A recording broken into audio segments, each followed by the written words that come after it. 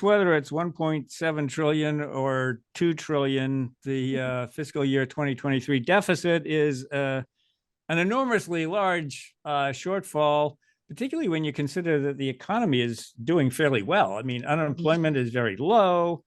Certainly the inflation picture is still high, but it's improved considerably over the year.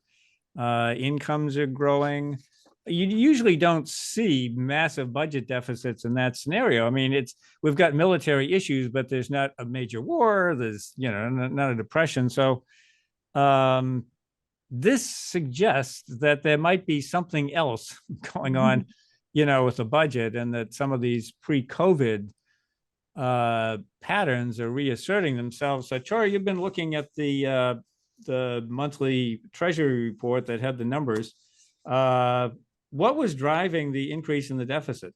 It's kind of a surprise for a budget wonk like myself.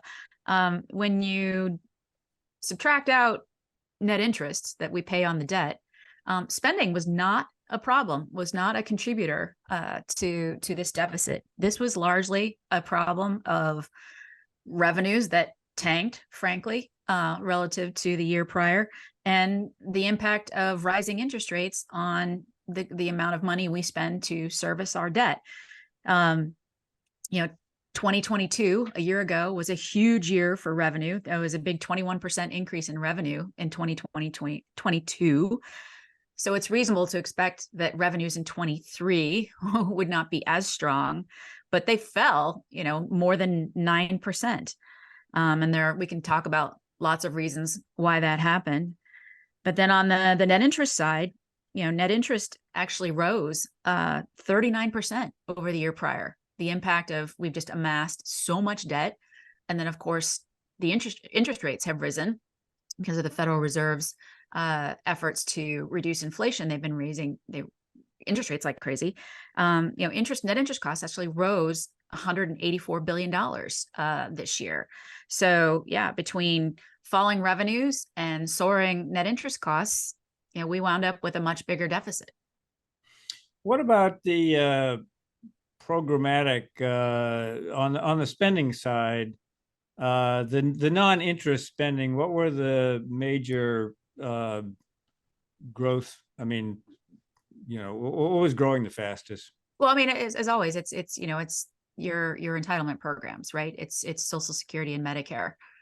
Just because so many baby boomers have now retired and are collecting Social Security and are collecting Medicare, so that those were your big drivers.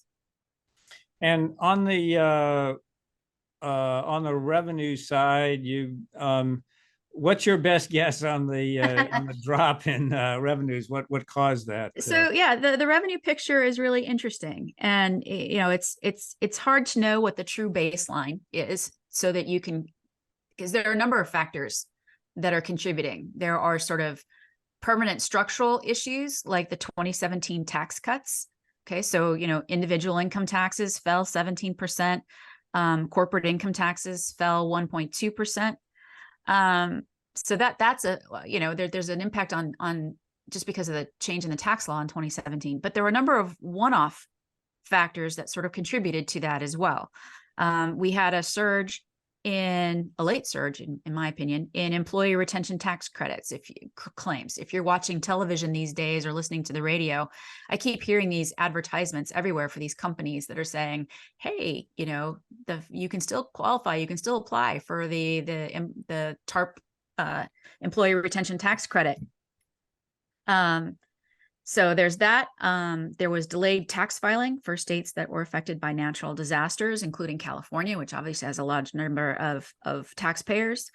Americans bought fewer imported goods, so our customs duties fell 20%.